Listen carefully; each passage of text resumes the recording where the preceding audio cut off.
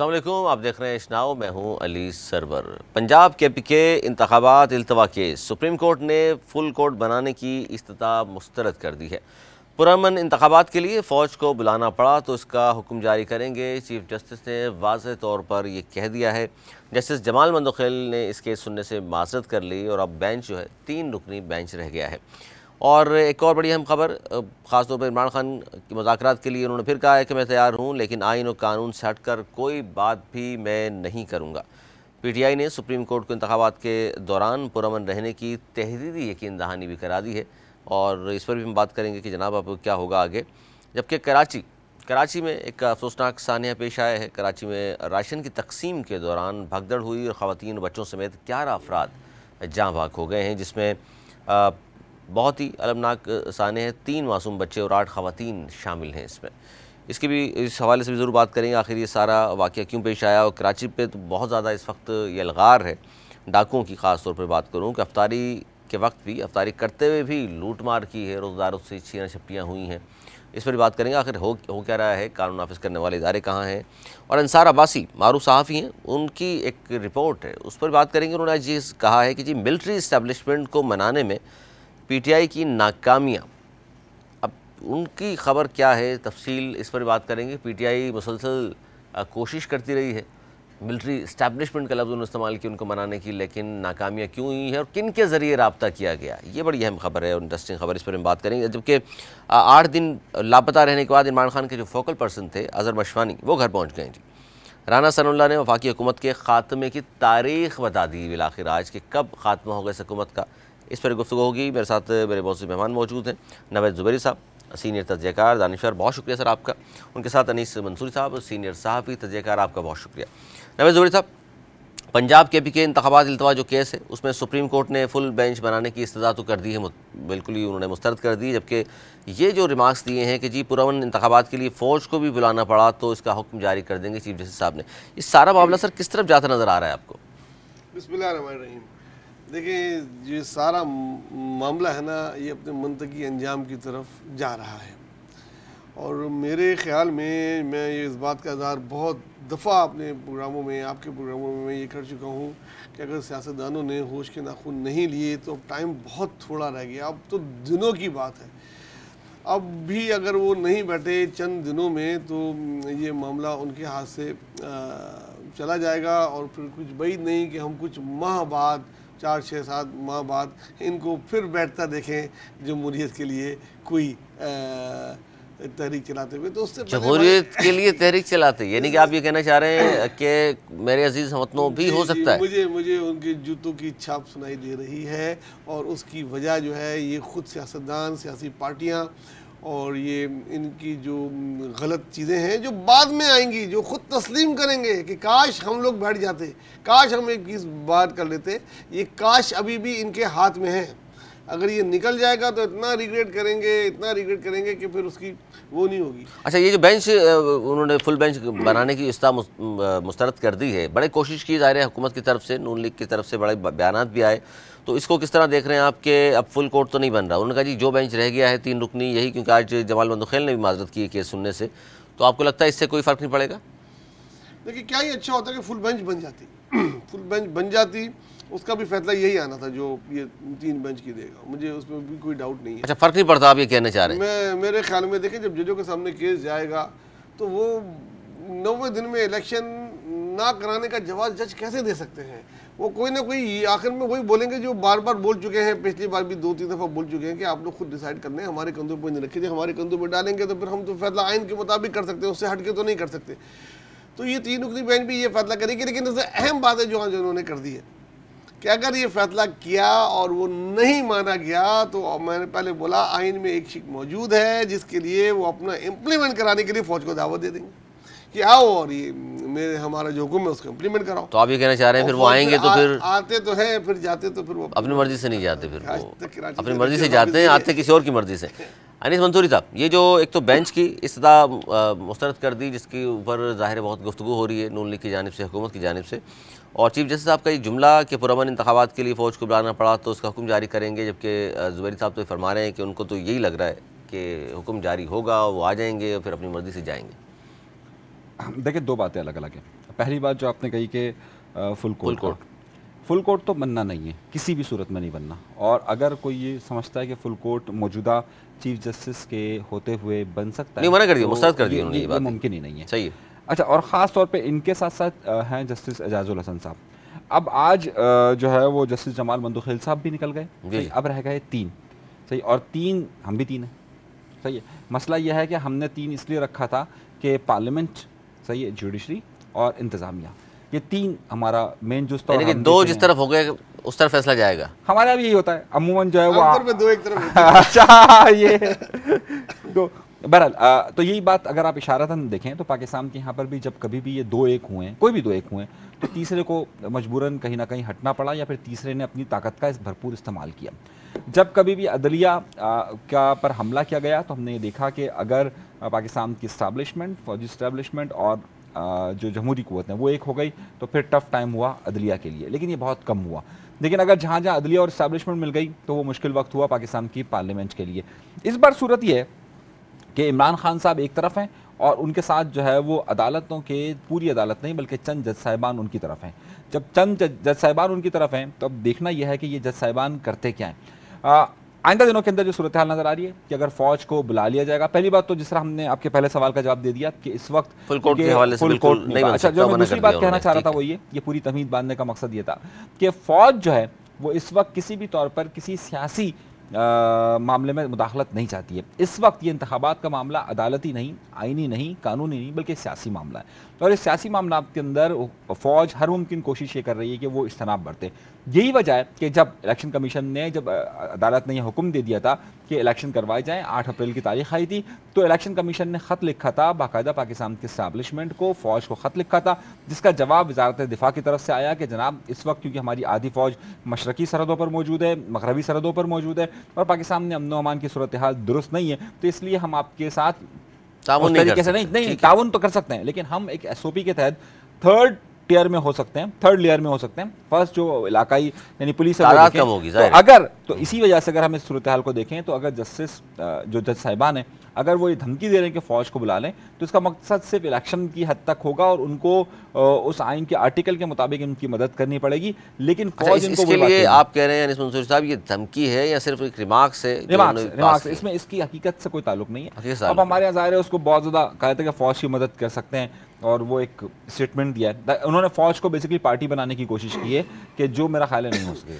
अच्छा नवीद साहब, खबरें 2 हैं लेकिन वो दोनों ही मिलती जुलती खबरें। एक तो इमरान खान साहब मुज़ाकरात के लिए उन्होंने कहा जी मैं एक बार फिर उन्होंने कहा मैं तैयार हूँ, आइन और कानून से हटकर कोई बात नहीं करूँगा, लेकिन ये मुज़ाकरात के लिए तैयार क्यों हुए हैं इसको यहाँ रोक कर अंसार अब्बासी साहब की रिपोर्ट भी शामिल कर लूँ, जिसमें उन्होंने कहा कि जी मिलिट्री इस्टेब्लिशमेंट को मनाने में PTI नाकाम रही है, बार बार नाकामी का सामना करना पड़ा है। और उन्होंने कहा कि जी PTI की जानिब से पैगामात कौन लेके जा रहा था, साथ कौन बिठाना चाहता था, तो उनके पास जो रिसोर्सेज हैं उनके मुताबिक रिटायर्ड जनरल्स के ज़रिए ये कोशिश की जा रही थी और कोशिशें की जा रही थी। जब वहाँ से इनकार हो गया तो क्या आप भी ये समझते हैं कि फिर मुज़ाकरात के लिए इमरान खान साहब तैयार हुए हैं कि या दोनों अलग अलग बातें? देखिए इमरान खान का मुज़ाकरात के लिए तैयार होना बनता है, क्योंकि उनको क्या चाहिए, उनको इलेक्शन चाहिए, इलेक्शन की डेट चाहिए, इक़्तिदार चाहिए। उनको ये पता है कि अगर इलेक्शन होंगे तो उनकी मकबूलियत का अंदाज़ा उनको है, जिस तरीके से उनको और हुकूमत को पता है उनकी मकबूलियत का, सबको ही पता है, तो वो इसलिए वो चाहते हैं कि इलेक्शन हो, उसके लिए वो हर तरीके से मुज़ाकरात के तैयार हैं। अगर वो एक एजेंडा ये हो कि भाई इस मुज़ाकरात में हमें इलेक्शन की डेट मिल जाएगी, महीना मिल जाएगा, भले वो मई हो, जून हो, जुलाई हो, अगस्त हो, अगर ये बात पे वो बैठने को राज़ी है और ये उनका बनता है।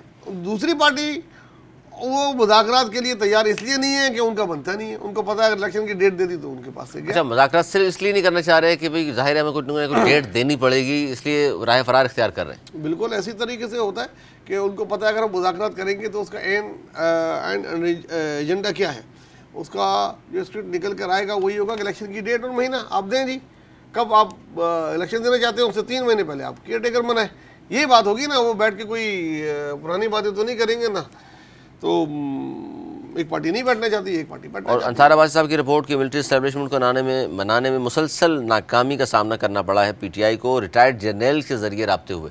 राब्ते होते हैं सियासी जमातों में। और अपने नाकामी का किस तरह देख रहे हैं? अगर वो चाह रहे थे कि वो किस तरह मना लें और तमाम बातें जो कुछ कर चुके हैं वो उन्होंने यकीन दहानियाँ कह रहे हैं जी कराई थी उन्होंने कि जितना मैं बोल चुका जनरल्स के बारे में अब नहीं बात करूँगा, और जब हुकूमत मेरी आ भी गई तो मैं कोई उनके खिलाफ कार्रवाई नहीं करूँगा। देखिए उनके पास जो है वो सरेंडर करना चाहेंगे ना, उनके पास सोशल मीडिया है, उनके पास जो है बैरून मुल्क पाकिस्तानी, और यहाँ पे जो वो नॉनसेंस क्रिएट कर देते हैं फ़ौज के ख़िलाफ़ और उसके खिलाफ, हर कोई ये चाहता है कि उसके खिलाफ नहीं हो, तो वो ये कह देंगे भाई मैं बहुत सख्ती से मना कर दूंगा, किसी किस्म की कोई एंटी इस्टेब्लिशमेंट बात नहीं होगी, एंटी फौज, बल्कि हम आपको बैक करेंगे, इस किस्म की होते हैं यकीन जाने कराई होंगी, उसके अगेंस्ट में मुझे आप डेट दिलवा दें। तो जो वो चीज़ मांग रहे हैं ना, वो चीज़ तो उनको एक्सेप्ट है, जो वो कह रहे हैं ठीक है यार भले देर से आए हो लेकिन आ गए हो, देर तो कर दी माने लेकिन आ तो गए हो। अब अगर वो जिस तीसरे फ्रीक से बात करनी है वो बात मानने को तैयार ही नहीं है ना यार, वो तैयार ही नहीं, तो वो तैयार क्यों नहीं है? क्योंकि नवाज शरीफ को सूट नहीं करता भाई। नवाज शरीफ के लिए रेड कारपेट आप बिछा के रखें, उसको यकीन दिलाएं कि आप आएंगे सीधा हल्फ लेंगे तो ही वो फिर राज़ी होगा। दूसरा राना सलाल्ला ने जो बोल दिया कि एक रहेगा, वो उनको अपनी मौत नजर आ रही है इलेक्शन में जाते हुए, मेरे ख्याल नजर आ रही है जी इलेक्शन में जाते हुए। राना सलाल्ला सार अब्बासी की इस रिपोर्ट से क्या कहते हैं आप? उन्होंने कहा जी मैंने अपने ज़राए से पूछा और तमाम चीज़ें सामने आई हैं। वो कहते हैं मिलिट्री इस्टेब्लिशमेंट को मनाने की 12 कोशिशें की, नाकाम रहे, रिटायर्ड जनरल्स के ज़रिए पैगामत का सिलसिला रहा। अली बहुत शुक्रिया। लेकिन अगर आप ये खबर, ये मैं आपको आज से 5-6 दिन पहले दे चुका था कि इनके इस्टेब्लिशमेंट से ताल्लुकात बेहतर नहीं, और ज़ुबैरी साहब बार बार मुझे कह रहे थे, और मैंने कहा था कि अब क्योंकि उनके रास्ते वहाँ से बंद हो चुके हैं तो वो मुज़ाकरात की बात कर रहे हैं। अंसार अब्बासी साहब बहुत लेट, उनका वो क्या जुमला इस्तेमाल करते हैं, साबुन सुलह। हाँ, तो बहरहाल ये हम खबर दे चुके थे पहले कि हमारी इतलात ये बहुत ज़्यादा श्योर थी कि इमरान खान के राब्ते इस वक्त इस्टेब्लिशमेंट से अच्छे नहीं हैं। अच्छा, उसकी बहुत बड़ी वजह है, इमरान खान साहब ने ये बड़ी धुआंधार तकरीरें करते हैं, तो इमरान खान साहब ने जितनी तकरीरें, धुआंधार तकरीरें की, मेरे पास बड़ी कन्फर्म इतलात हैं, यहाँ तक कि इमरान खान साहब, एक बहुत नीचे लेवल के अफसर के सामने इमरान खान के एक साथी ने बाकायदा इमरान खान से चैट करते हुए मैसेजेस दिखाए कि देखें वो कह रहे हैं आइंदा में कुछ नहीं होगा, यहाँ तक कि मेरे पास इतलात हैं। सही है, और उसके बावजूद भी मना कर दिया गया। उसकी वजह यह है कि हमें आप पर भरोसा नहीं है। दूसरी बात इन्होंने ये कही ना कि भाई हमारे पास बड़ी मकबूलियत है, सोशल मीडिया पर ट्रेंड बना देते हैं।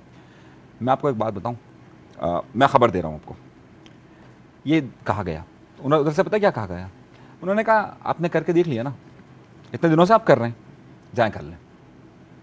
ये जवाब आया है, कहा आप में जितनी हिम्मत है ना आपने कर लिया ना, आपने हमें डर्टी हैरी से लेकर जानवर से लेकर न्यूट्रल से लेकर जूते तक पड़वा दी, कर लिया आपने, इससे ज्यादा आप क्या कर सकते हैं, आप जाकर कर लीजिए।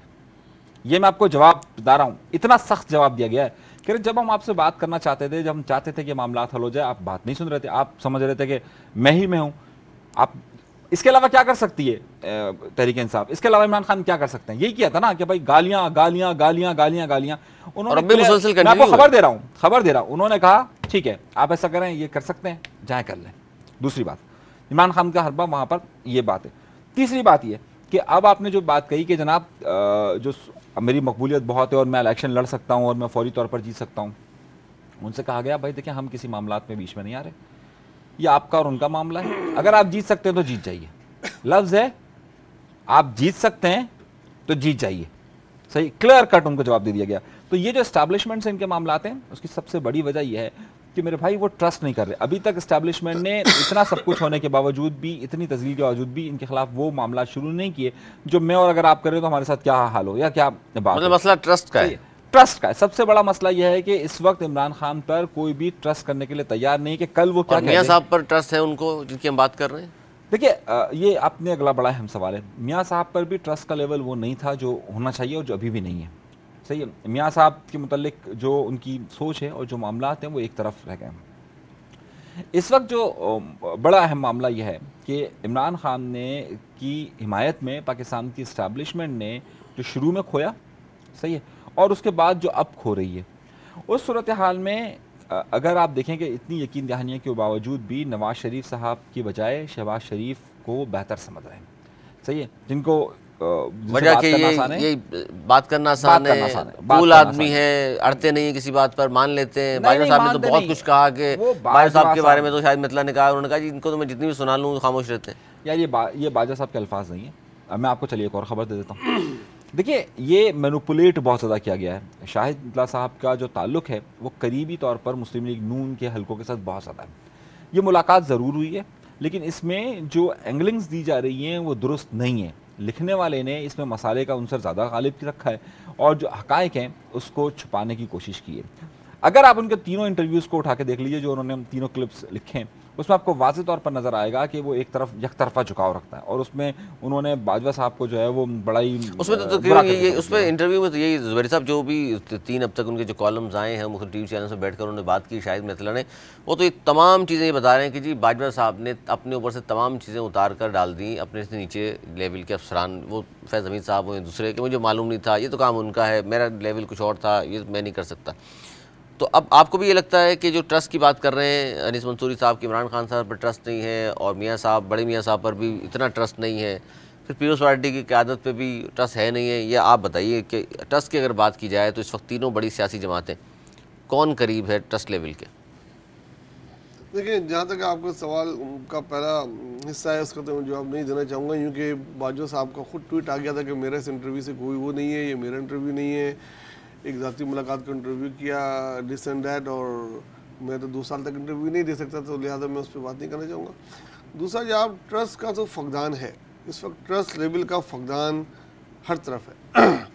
मुझको तो ये भी लगता है कि पीडीएम में शामिल जमातों का भी एक दूसरे पर ट्रस्ट नहीं है, और जहाँ तक पीटीआई का ताल्लुक है तो उस पर तो कोई भी ट्रस्ट नहीं कर सकता।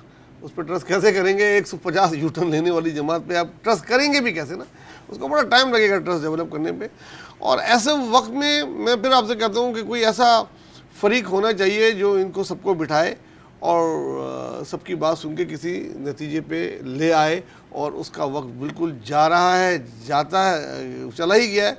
आखिरी थोड़े से दिन है, अगर कोई बैठक होगी इनमें आखिरी वक्त में तो ठीक है, वरना फिर अच्छा, कुछ भी अगर नहीं भी हुआ ज़ुबैर साहब, तो इस वक्त अगर इसी सूरत हाल में फ़ैसला हो जाता है, फ़र्ज़ कर लीजिए कि जी 90 दिन में ही इलेक्शन कराने हैं, तो उसके बाद की सूरत हाल ये साथ नहीं बैठते तो ज़ाहिर इख्तलाफात इसी तरह रहेंगे। लेकिन उसमें इमरान खान साहब ने डेवलपमेंट ये हुई है, उन्होंने कहा है जी कि हम यकीन दहानी जो है कराने को भी तैयार हैं, तहरीरी यकीन दहानी सुप्रीम कोर्ट को कि इंतखाबात के दौरान हम पुरअमन रहेंगे। तो फिर क्या फिर भी लगेगा आपको कि दूसरी पार्टीज़ को भी करा देनी चाहिए तहरीर यकीन दहानी है कि जनाब ठीक है, अगर इलेक्शन सुप्रीम कोर्ट कह देती है और कराने पड़ गए तो हमारे दरमियान इख्तलाफात अपनी जगह, लेकिन पुरअमन रहेंगे हम लोग? भाई वो हर तरह की गारंटी देंगे, हम पुरअमन भी रहेंगे जी, हम कोई ऐसी बात भी नहीं करेंगे। आप बोले तो वो जलसे की बोल देंगे, हम जलसे भी महदूद कर लेंगे, जो बोलेंगे वो इस वक्त वो देने को तैयार है। बस इलेक्शन की डेट दे दें, उनको इलेक्शन की डेट चाहिए, उसके लिए वो सब कुछ के लिए तैयार है। और पुरअमन रहेंगे इससे क्या मतलब है? ही हैव टू बी यार, कि वो क्या वरना वो पुरअमन नहीं रहेंगे?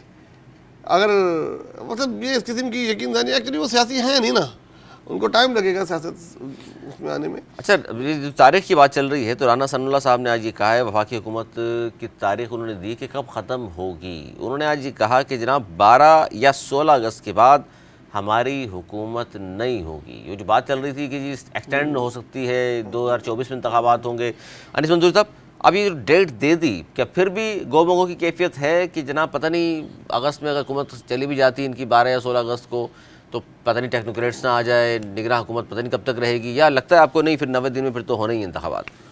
दो बातें इसमें। पहली बात जो है वो आपने कही कि जो इमरान खान साहब के लोगों ने, तहरीक इंसाफ ने यकीन दहानी करवाई है कि हम जो है पुरअमन रहेंगे।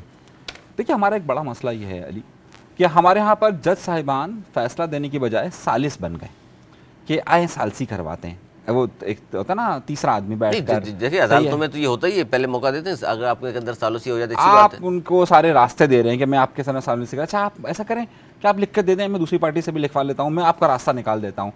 हमारा काम ये नहीं है, या अदालत का काम ये नहीं है। माजरत के साथ जिस तरीके से हमारा काम यह है कि हम किसी भी सियासी सूरत हाल पर तज्जिया करते हैं, ख़बर देते हैं, हमारा काम ये नहीं है कि हम किसी के दरमियान बैठ कर सालसी करवाएँ। इसी तरीके से ये अदालतों का काम नहीं है कि आप भी ख़त लिख के दे दें, वो भी ख़त लिख के दे दें। जब अदालतें इस तरह का काम करती हैं कि फ़ैसला सुनाने के बजाय सालसी का किरदार अदा कर रही हो, तो फिर ये सूरत हाल होती है। दूसरी बात, राना सनाउल्लाह ने यकीनी तौर पर इस हुकूमत को 5 साल जो इस असम्बली का दौरानी है वक्त है वो 16 अगस्त तक रहता है, और 16 अगस्त 25 को इंतखाबात हुए थे, लेकिन ज़ाहिर है 16 को उन्होंने हल्फ उठाया था, इसलिए उन्होंने 16 तक कर दी बात। सही है, 16 तक का वक्त है, तो बिल्कुल 16 तक वक्त है। अब इस वक्त की डिपेंडेंसी दो चीज़ों पर है, और वो दो चीज़ें आपको बहुत जल्द मुतवक्के तौर पर मेरा अपना ज़ाती ख्याल ये है कि अप्रैल के जो सेकंड और थर्ड वीक है उससे आपको अंदाज़ा हो जाएगा। अब अप्रैल और के सेकंड और थर्ड वीक की मैं क्यों जिक्र कर रहा हूँ, इस पर मैं ज़रा बात कर। ईद से पहले की बात बता रहे हैं आप? मैं आपको खबर दे रहा हूँ। सही है, मेरी एक इत्तला के मुताबिक, सही है, वो मैं आपको आपको आइंदा दिनों में महसूस भी हो जाएगी।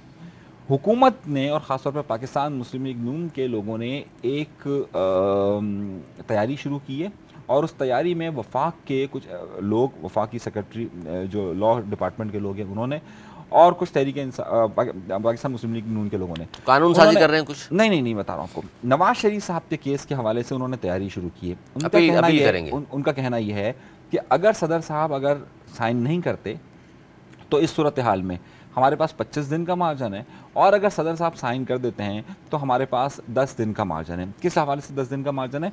वो ये कहते हैं कि ये मैं आपको खबर दे रहा हूँ, और वो खबर ये है कि अगर अप्रैल का जो सेकंड वीक है उसमें वो मुकदमा नवाज शरीफ साहब के हवाले से अपील पर जा रहे हैं। अगर दस्तखत हो गए तो, अगर दस्तखत नहीं हुए तो फिर वो ईद के फ़ौरन बाद जाएंगे, क्योंकि इनका पीरियड वक्त जो है वो उस वक्त मुकम्मल हो जाएगा, तो ईद के फ़ौरन बाद जाएंगे। यहाँ से आपको सही तारीख पता चलेगी कि जब ये फैसला कितनी तेज़ी के साथ जाता है, उस फैसले में स्टे ऑर्डर कितनी तेज़ी के साथ आता है, और ये मामला कितनी हद तक जाता है। ये सारा मामला आकर फिर आपको बताएगा कि अच्छा, ये भी कानूनी है और अदालत में मामला जाएगा, अपील भी करते हैं, तो क्योंकि वसी ज़फ़र साहब का बयान भी मौजूद है। उन्होंने तो कहा जी उनके जिस केस में उनको सज़ा हुई है उसमें अपील का है ही नहीं, तो उनको नहीं मिलेगा। खैर एक अलग बात है। लेकिन राना सनाउल्लाह साहब ने जो खात्मे की तारीख दी है, आपको भी ये लगता है कि 12-16 के बाद ये हुकूमत नहीं होगी, निगरान हुकूमत होगी, और निगरान हुकूमत 90 दिन में इलेक्शन कराएगी और घर चली जाएगी? बिल्कुल भी नहीं, मुझको नहीं लगता जी। राना सनाउल्लाह की बात का तो मुझे ट्रस्ट नहीं है। अभी कुछ दिनों पहले कह रहे थे दोनों में से एक रहेंगे। हाँ, उससे पहले अगर इनका सियासी खात्मा हो गया, अल्लाह ताला हर एक को ज़िंदगी दे, उनका सियासी तौर पे खात्मा हो गया तो फिर हो सकता है वो फटाफट दे दे। सियासी खात्मा मतलब नाहल हो सकते हैं? कोई उनकी ख्वाहिश है कि उनकी पार्टी पे बैन लगा दिया जाए, या इमरान खान को नाहल करार दे दिया जाए, जो कि मैंने उनकी प्रेस कॉन्फ्रेंस का लब्बे लबाब निकाला। उसके बाद जो है फिर ये जा सकते हैं इलेक्शन के उसमें। अब आप बोल रहे हैं जो आपने कैलकुलेशंस की है, मेरी कैलकुलेशंस के मुताबिक आप क्या समझते हैं, ये कोर्ट में जाएंगे और फटाफट मिल जाएगा क्या? उधर जैसे कहीं बैठा हुआ क्या कि अगर ये जाएंगे नवाज शरीफ का तो बोलेंगे भाई पहले हाजिर तो हो, वो मुजरिम अदालत में तो आए अपील करने ना कि भाई वो बीमारी के उस पर गया था, वहीं से स्टार्ट होगा ना केस, कि वो वापस तो आए, बीमारी के लिए गया था ना, इलाज हो गया उसका, जी हो गया, आ जाए वापस। अब वो आएंगे ही नहीं वापस। और इसके लिए आप कह रहे हैं कि उनको जो सूट करते हैं जजेस, वो उनका होना भी ज़रूरी है? हाँ, जजेस भी सूट करना होना ज़रूरी है, फिर केस चलाने के लिए मुलजिम का होना भी तो ज़रूरी है ना। वो आए, अब वो ये चाहते हैं, मैंने जो पहले बोला, वो चाहते हैं कि पहले से रेड कार्पेट हो, चीज़ें ख़त्म हो जाए, वो आए और आके हेल्प। लेकिन हमारे यहाँ तो तारीख रही है ना, इसाक डार साहब भी मफरूर थे, सब कुछ था, आए, वज़ीर ख़जाना बन गए, उसके बाद जमानतें होती रही। ऐसा होता रहा, लेकिन थर्ड टाइम होना, मैंने बोला था कि इस बार उनका वो दम नहीं पकड़ रहे। मेरे आपके ज्योतिषियों ने जो कहा था पहली तारीख को, मेरे हिसाब से तो नवाज शरीफ मुझे नजर आते नहीं आ रहे, और ये बड़ी अहम चीज़ है। बाकी पार्टी बगैर नवाज शरीफ की चलानी पड़ेगी। अच्छा जी, इमरान खान ने अदलिया तकसीम करने की कोशिश की और सदर आलाइकार बने वज़ीर आज़म शहबाज शरीफ। ये जो बड़ी अहम गुफ्तगू आज वज़ीर आज़म साहब ने की है, अनीस मंसूरी साहब, कि इमरान खान ने अदलिया को तकसीम करने की कोशिश की, जबकि PTI वाले कहते हैं कि जी ये अदलिया तकसीम कर रहे हैं हुकूमत वाले, नून लीग वाले, मरीम बीवी जिस तरह नाम ले लेकर इल्ज़ामात आयद कर रही हैं, और सदर पाकिस्तान के बारे में उन्होंने कहा ये आलाकार बने। अच्छा, दो बातें, एक बात मैं आपकी पिछली के साथ कनेक्ट कर देता हूँ। मेरे पास एक ख़बर ये थी कि इमरान खान की नाअहली का मामला बहुत ज़्यादा डिस्कस हो रहा है। मेरी कल कुछ मुस्लिम लीग नून के रहनुमाओं से गुफ्तगू हुई है, और कुछ ज़राए मुझे कहते हैं कि पाकिस्तान मुस्लिम लीग नून ये चाहती है कि इमरान खान की नाअहली का मामला इनके दौरे हुकूमत में ना हो, बल्कि, तो मैंने पूछा तो फिर ये तो बाद में तो मुमकिन ही नहीं, इमरान खान आ जाएंगे। उन्होंने कहा कि हमारा ख़याल ये है, या हमारे पास इत्तलात ये हैं, या जो हम सोच रहे हैं कि इमरान खान की नाअहली सितंबर, अक्टूबर, नवंबर में निगरान हुकूमत के दौरान है। और तो मैंने कहा निगरान हुकूमत तो ज़ाहिर फैसला जब तक वहाँ तक चला जाए, फैसला वहाँ तक चला जाए। तो ये इमरान खान को तब तक मौका दिया जाए। उनका कहना ये था कि इमरान खान साहब जितनी मजबूत पोजीशन पर पिछले दिनों थे, और अभी हमने जो अंसार अब्बासी की खबर से भी लिया, वो पोजीशन नहीं है। तो अब वो ज़्यादा से ज़्यादा मुज़ाकरात की बात कर रहे हैं, आगे चलने की बात कर रहे हैं, और हम चाह रहे हैं कि उनके साथ ये टाइम गेन करें। और ये टाइम गेन करने के बाद ये जो है सारा मामला इस दौरान, यानी कि अगस्त तक, ये अप्रैल से लेकर, अप्रैल के आखिर हफ्ते से लेकर अगस्त तक जो है वो नवाज शरीफ साहब बहाल, उनके मुकदमात ख़त्म हो, और उसके बाद नवाज शरीफ साहब यहाँ पर मौजूद हो और इमरान खान की नाअहली हो निगरान हुकूमत के सेटअप में। ये खबर एक और भी है कि ये जो उनकी थॉट प्रोसेस है और जो उनका थॉट प्रोसेस का मतलब है। दूसरी बात आपने कही शहबाज शरीफ साहब के हवाले से, अदलिया तकसीम इमरान खान ने करने की कोशिश की और आलाकार बन गए सदर ममलिकत आरिफ अलवी साहब। देखिए ये तो पॉलिटिकल स्टेटमेंट्स है ना, दोनों तरफ से सियासी वज़ीर आज़म भी सदर के ऊपर इल्ज़ाम इस तरह साहब भी तो दे रहे हैं ना, सदर साहब भी दे रहे हैं, वज़ीर आज़म साहब भी दे रहे हैं, वो खत लिख रहे हैं, सियासी मामला है, वो पुराना वाला ज़माना आ गया, सियासी मामला। आप ये समझते हैं ज़ुबैर साहब, ये सियासी मामला है, सदर आलाकार बन गए और इमरान खान ने अदलिया तकसीम करने की कोशिश की, वो कह रहे हैं कि मरियम बीबी ने कोशिश की। यार ये खुद बोल रहे हैं सज्जाद अली शाह वाला ज़माना करीब नज़र आ रहा है इनको। सज्जाद अली शाह केस में क्या हुआ था, इन लोगों ने क्या किया था, सुप्रीम कोर्ट पे जब के खिलाफ फैसला आने वाला सुप्रीम कोर्ट में आ गया, हमला कर दिया। वो अब उसकी बातगश आप आजकल हर जगह सुन रहे हैं। तो जजों को दोनों पार्टियों ने मिलकर कंट्रोवर्शियल बनाया, ये मेरा, ये तेरा, ये मेरा तेरा। तो वो यस दोनों इसमें शामिल है, कोई एक शामिल नहीं है, ना सदर शामिल है ना ये शामिल है।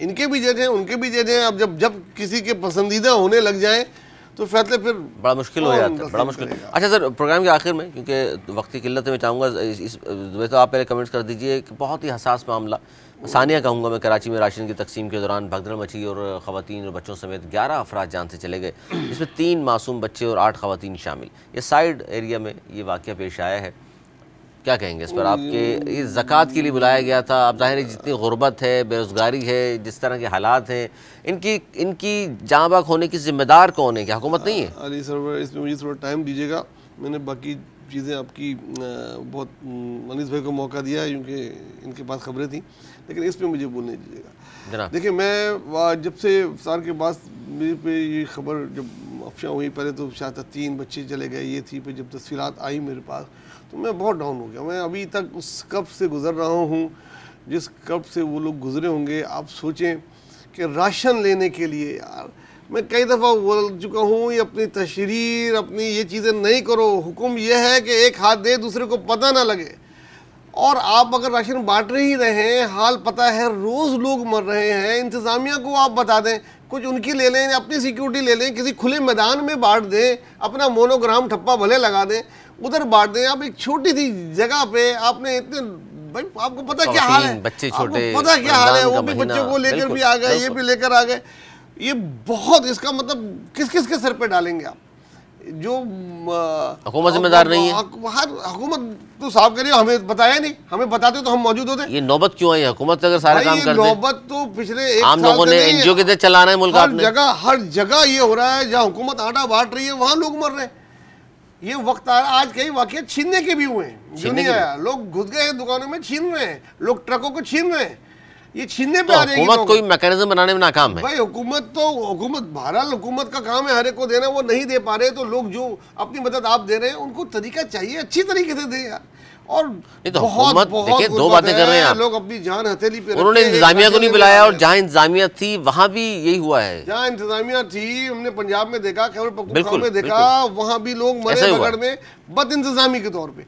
देखिए अगर आपको इस वक्त जो भी और आइंदा करे आपके तवज्जो से, आप लोगों से भी, और बाकी मीडिया वाले भी उनको बोले, भाई जो भी करे एक खुले मैदान में करे, एक काउंटर की जगह 6 काउंटर बना लें, थोड़े लोग ज़्यादा बांटने वाले कर लें, एक लाइन की जगह 6 लाइनें कर लें, लेडीज़ की अलग कर लें, जेंट्स की अलग कर लें, वो मतलब अच्छी तरीके से ही बांटा जा सकता है ना यार। ज़रूरी है कि आपने रश दिखाना है, वीडियो बनानी है और वो करना है, ये यार इसका खून का ज़िंदगी का जवाब कौन देगा यार? एक राशन लेने के लिए लोग अपनी जानें दे रहे हैं यार, मतलब बहुत बहुत इसकी जितनी मजम्मत की जाए कम है। अनीस मंसूरी साहब, जाहिर है बड़ा ही दिलखराश वाक़या है ये, और वो ख़वातीन भी सफ़ेद पोश कहा जा रहा है इसमें शामिल थी जो बेचारे कभी घर से निकलती नहीं है, पर्दा करती थी, लेकिन जब बच्चों के लिए ज़ाहिर है बहुत कुछ करना पड़ता है, तो वो ख़वातीन भी आई जिनके सरों पे दुपट्टे भी, वहाँ ज़ाहिर भगदड़ और सब कुछ था, ऐसे मामला हुआ वहाँ पर कि 3 बच्चे और 8 ख़वातीन चली गई, जहाँ हो गई। इंतज़ामिया का कहना है कि जी हमें बताया नहीं गया, लेकिन जहाँ इंतज़ामिया ख़ुद मौजूद है वहाँ भी हालात ऐसे ही हैं। आप किस तरह देख रहे हैं इस गुरबत को? रमज़ान मुबारक का बाबरकत महीना, वो ख़वातीन जो जिनकी डेथ हुई है, कहा जाता है रोज़े से भी थी। देखिए मिता फाजली साहब का शेर है कि हर घर में दिया भी जले अनाज भी हो, ना हो अगर कहीं ऐसा तो एहतजाज भी हो। अफसोसनाक सानिया यह है कि इस वक्त हमारे यहाँ पर लोग बेरोज़गारी गुर्बत की वजह से मर रहे हैं, खुदकुशियाँ कर रहे हैं, अपने घर वालों को जहर दे रहे हैं। अगर आपके इल्म में हो कि अब से कुछ दिनों पहले सुजानी टाउन के कराची के इलाके में एक शख्स ने अपने बीवी और बच्चों को जहर दे दिया, सिर्फ इसलिए जहर दिया कि वो अपने बच्चों को खाना नहीं खिला सकता। इस वक्त हमारे यहाँ गुर्बत और बेरोजगारी का ये आलम है कि आप सोच नहीं सकते कि लोग अपने, दवा तो बहुत दूर की बात है, तालीम तो बहुत दूर की बात है, अपने बच्चों का पेट भी नहीं पाल सकते। इस वक्त हुकूमत ने यह ड्रामा रचाया, एक तरफ हुकूमत ये ड्रामा रचा रही है कि हम आपको फ्री राशन दे रहे हैं, कोई ये कह रहा है कि हम आपको बेनजीर इनकम सपोर्ट प्रोग्राम दे रहे हैं। आप लाख दीजिए, लेकिन आप ये देखिए ये मसाइल का हल नहीं है। मसले का हल ये है कि लोगों के पास रोजगार मौजूद हो, मसले का हल ये है कि यहाँ पर महंगाई ना हो। मसले का हल ये हरगिज नहीं है कि जगह जगह इमदादी कैंप लगा दिए जाए, जगह जगह इफ्तार का इंतजाम किया जाए। ये मसले का हल नहीं है। ये मसले का हल सिर्फ और सिर्फ ये, इसके जरिए सिर्फ एनजीओ की दुकान चल सकती है, जिसके जरिए लोग ये कह सकते हैं कि आओ मुझे फंड दो, आओ मुझे फंड दो। फंड देने के बाद वो वहां पर शुतुरमुर्ग के जो है वो सहरिया करवा सकते हैं, लेकिन आम लोगों तक ये मामला हल नहीं हो सकता। ये चीजें एनजीओ को पाल सकती हैं, लेकिन आम आदमी को मार सकती है। वहां जिस तरीके से हमारी माओ बहनों बेटियों की चादरें तक महफूज नहीं रही, वहां का अलमिया देखिए नौरस चौरंगी पर जहां यह वाकया रोनुमा हुआ है, वहां पर बाकायदा लोग, औरतें नाले के अंदर गिरी हैं और उनकी शहादतें जो हुई हैं वो नाले में गिरने से हुई है। बच्चों की लाशें नाले में के अंदर मौजूद है। आप यहां पर, लेकिन किसी को, हमने नोटिस ले लिया है, गवर्नर ने नोटिस ले लिया। कितने नोटिस लेंगे? क्या यहां पर 22 करोड़ नोटिस लेने की जरूरत है? इस मुल्क को कब्रिस्तान में तब्दील कर दीजिए, छोड़िए आप ये सारी। और कब्रिस्तान पर आने के बाद आप हमारी मैयतों पर आकर एक कफन लगाकर ये कहिएगा देखिए हमने इनको कफन पहना दिया है और इंशाल्लाह कब्र में भी हम उतार देंगे, तो उतारिए कब्र में। और कफन पर भी अपनी पार्टी का नाम लिखा होता है, ये भी अलमिया है हमारे यहाँ। और कराची का जिक्र चल निकला है तो ज़्यादा 1 मिनट है हमारे पास, तो मैं चाहूँगा ज़ुबैर साहब कि एक तरफ तो ये सानियात हो रहे हैं, दूसरी तरफ हम ये देख रहे हैं कि रोज़ा करते हुए भी डाकुओं से रोज़ेदार महफूज नहीं है। दुकानों में कोई रोज़ा खोल रहा है तो वहाँ भी डाकू आ गए और वहाँ भी लूट मार शुरू कर दी, मोबाइल छीन के ले गए, पैसे ले गए। ठेले पे कोई खड़ा हुआ है तो उसको गोली मार के चले गए, मोबाइल छीन के ले गए। सर ये हो क्या रहा है? कोई जंगल का कानून है? ये कहाँ है हमारे सिंध पुलिस का डिपार्टमेंट जो अंडर में आता है पुलिस? कहाँ है पुलिस और कहाँ है इंतज़ामिया? देख नहीं रहे वो लोग। देखिए अब नौबत उस जगह आ गई, दो किस्म के, जब इंसान के पास पैसा नहीं हो, कुछ खाने को नहीं हो, तो दो तरह के लोग होते हैं। एक तो वो भीख मांग रहे होते हैं या मुआवजत के साथ ये जहाँ जहाँ राशन मिल रहा होता है वहाँ होते हैं मजबूरी। एक लोग जो छीनने की ताकत रखते हैं वो छीनने की तरफ निकल जाते हैं। वो इसको जायज़ समझते हैं कि पेट के लिए छीन रहे हैं, खाने के लिए छीन रहे हैं। तो इस वक्त फैशन वाले से ज़्यादा मेरे ख्याल में जो भूख और गुर्बत है वो लोग आगे छीन रहे हैं, और ये बहुत आगे जा सकता है। इसी तरीके से ही आगे खाना जंगी शुरू होती है। मैं कहता हूँ हम बिल्कुल बॉर्डर पर हैं खाना जंगी के। ऐसा ना हो ये अमीरों के घरों में कूद कूद के उनसे छीन के लेके जाए, बड़े बड़े स्टोर्स लूटने शुरू हो जाए। उस जगह पे हम जा रहे हैं, उससे रोका जाए। उससे रोकने की बात नहीं हो रही है। सबसे बड़ा मसला इलेक्शन की डेट बन गया है इस मुल्क का। सबसे बड़ा मसला जजों में, ये जज मेरा है वो जज तेरा है, ये रह गया है। कौमी असम्बली में बजाय ये डिस्कस होने के, ये डिस्कस हो रहा है कि किस तरीके से नवाज शरीफ को लाने के लिए आसानियां पैदा की जाए। जब ये सब कुछ हो रहा होगा तो ये तो होगा, और एक दिन ये बहुत बुरा होगा। मैं बहुत ही तरीकाकार, बहुत ही ज़्यादा परेशान हूँ। बहुत अच्छी बात आपने की सर, बहुत शुक्रिया आपका। निस्बत साहब आपका बहुत शुक्रिया। और देखिए तरीक़ाकार होता है ना, कुछ लोग हैं अभी भी ऐसे अच्छे लोग भी हैं, 10, 15, 20 लोगों का खाना भेज देते हैं, प्रोसेस बना लिया उन्होंने और सुकून से हो जाता है हर काम। लेकिन इस तरह भगदड़, कोई तरीक़ाकार नहीं, इंतज़ामिया नहीं, ये भी बहुत बुरी बात है। आज का प्रोग्राम ये ख़त्म करेंगे। अगले प्रोग्राम तक के लिए हमें दी इजाज़त, बनाने के बाद।